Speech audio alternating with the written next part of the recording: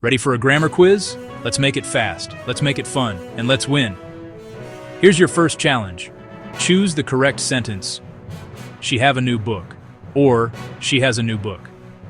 The correct answer is, she has. Did you get it right? Don't worry if you didn't, because today we're going to master the core grammar you need to ace your IELTS exam.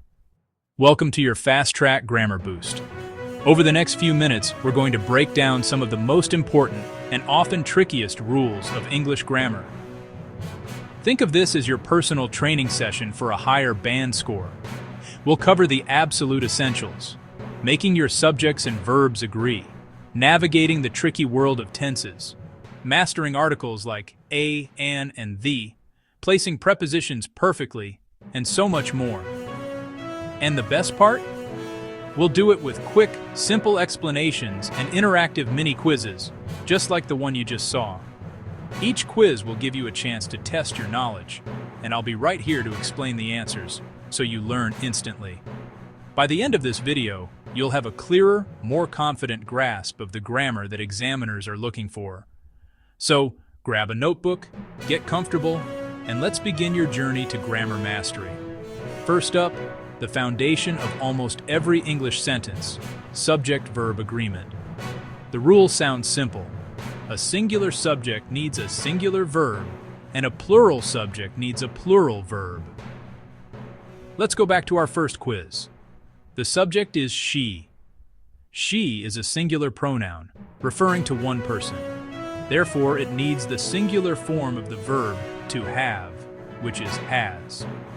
Have is the plural form, used for subjects like they, we, or you. So, she has a new book is correct. This is a classic IELTS sticking point. It's easy to get right once you know the rule, but it's also an easy mistake to make when you're speaking or writing under pressure. Let's look at some common traps. What about when a phrase comes between the subject and the verb? For example, the box of apples is on the table, or are on the table. The subject is box, which is singular. The phrase of apples just describes the box. So, the correct sentence is, the box of apples is on the table. Always find the true subject. Now let's practice with a few more examples. Example 1. The team is celebrating its victory. Here, team is a collective noun, treated as a single unit, so we use the singular verb is. Example 2. Each of the students has a textbook. The word each is always singular, so it takes the singular verb has. Example 3. Neither the teacher nor the students were late. When you have neither nor or either or, the verb agrees with the subject closest to it. Here, students is plural, so we use were. Time for a mini quiz, which is correct? A. The list of ingredients make the cake sound delicious. Or B. The list of ingredients makes the cake sound delicious. The answer is B. The subject is list, which is singular, so it needs the singular verb makes. Great job! Next, let's tackle verb tenses. Using the correct tense tells your listener or reader an action is happening. This is crucial for clear communication in the IELTS test. We'll focus on 4 key tenses today. First, the present simple. We use this for habits, routines, and facts. For example, I drink coffee every morning, or the sun rises in the east. Second, the present continuous. This is for actions happening right now or temporary situations. For instance, I am speaking to you right now. Or, she is studying in London this year. Notice the be verb plus the ing form. Third, the past simple. This is for completed actions in the past. The key is that the action is finished. For example, I visited Paris last year, or they finished the project yesterday. Finally, the present perfect. This one can be tricky. We use it for actions that started in the past but have a connection to the present. It could be an action that just finished, or an experience in your life. For example, I have lost my keys. The losing happened in the past, but the result is I can't get in my house. Or, she has traveled to many countries. This refers to her life experience up to the present moment. Let's test this with a quiz. Complete the sentence, I to the gym 3 times last week. Is it A, go, B, have gone, or C, went? The correct answer is C, went. The phrase last week points to a specific completed time in the past, which requires the past simple tense. Moving on to a small but mighty topic, articles. A, an, and the. When do you use them? Use a or an for general non-specific singular nouns. A before consonant sounds and before vowel sounds.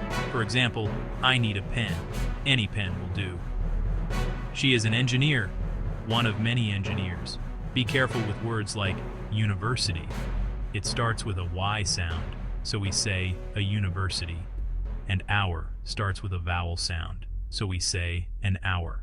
Now, the is the definite article. We use it when we are talking about something specific, something that both the speaker and listener know about. For example, the pen on my desk is blue. Not just any pen, but that specific one.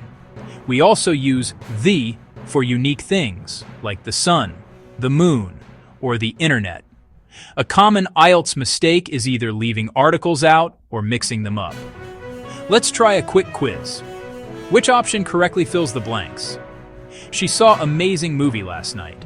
Movie was about a scientist. Is it A and the, B, A, or C, the? The answer is A.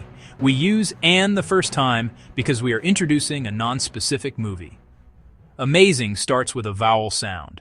Then we use the second time because we are now talking about the specific movie that was just mentioned. Now for prepositions, specifically for time and place. Let's focus on the big 3: in, on, and at. Think of them as a pyramid from general to specific. For time, we use in for large periods. In the 21st century, in 2024, in May, in the morning. We use on for more specific days and dates. On Monday, on my birthday, on June 5th. And we use at for the most specific times. At 9 p.m., at noon, at midnight. The same logic applies to place. In for large areas, in a country, in a city, in a room. On for surfaces, on the table, on the wall, on a page. And at for specific points or addresses. At the bus stop, at 24 Oxford Street, at the entrance. Getting these right makes your English sound much more natural. Let's see if you got it. Fill in the blanks. The meeting is Friday 3 p.m. the conference room. The correct choice is A. On for the day, Friday. At for the specific time, 3 p.m. And in for the enclosed space, the conference room. Fantastic. Let's talk about making your sentences more descriptive with modifiers. That's adjectives and adverbs. Adjectives describe nouns. They usually come before the noun. A beautiful day, an interesting book. Adverbs describe verbs, adjectives, or other adverbs. They tell us how, when, or where something happens. For example, he runs quickly. Quickly is an adverb describing the verb runs. Word order is key here. A common mistake is putting the adverb in the wrong place. For example, saying he quickly runs is okay, but he runs quickly is more common and often sounds more natural. We also use adverbs to modify adjectives. It was a very interesting book. Very is an adverb modifying the adjective interesting. For IELTS, using comparatives and superlatives correctly is also vital. This car is faster than that one. Comparative. This is the fastest car in the world. Superlative. Let's try to fix a sentence. How would you correctly form this sentence? She speaks English, and the modifiers are fluent and very. The correct sentence is, she speaks English very fluently. We need the adverb fluently to describe the verb speaks, and the adverb very to modify fluently. Punctuation, especially the comma, is a powerful tool for clarity. In IELTS writing, correct comma usage can significantly improve your score. Let's cover 2 essential rules. First, use a comma to separate items in a list. For example, I need to buy bread, milk, and eggs. That last comma before "and" is called the Oxford comma. It's good practice to use it for clarity, especially in academic writing. Second, use a comma after an introductory phrase or clause. For example, after finishing his homework, he watched a movie. The phrase, after finishing his homework, sets the scene, and the comma separates it from the main part of the sentence. Incorrect comma use can confuse your reader, so pay close attention to it. Now, let's put it all together with some IELTS-style sentence improvement. I'll give you a simple sentence, and we'll transform it into a more complex, higher-scoring one. Sentence 1. The report was long, it was boring.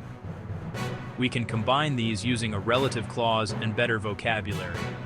The report, which was incredibly long, was also quite boring. Sentence 2. He is a good student. He always does his homework. Let's improve it. As a diligent student, he consistently completes his homework on time. See how we use better vocabulary, diligent, consistently, and an introductory phrase? Wow, we've covered so much ground. Let's do a quick recap. First, always match your subject with the correct verb form. Second, choose your tense carefully to show an action happened. Third, use a and for general nouns and the for specific ones. And fourth, use in, on, and at correctly for time and place. Mastering these areas will make a huge difference in your IELTS speaking and writing. It shows the examiner you have control over your language. This was just a taste of what you can achieve. If you found this helpful, imagine what you could do in 30 days. Follow our channel for daily 30-day challenges. You'll get more quizzes, instant corrections, and clear examples. Everything you need to level up your IELTS grammar, one day at a time. Your journey to a higher band score starts now. Start today.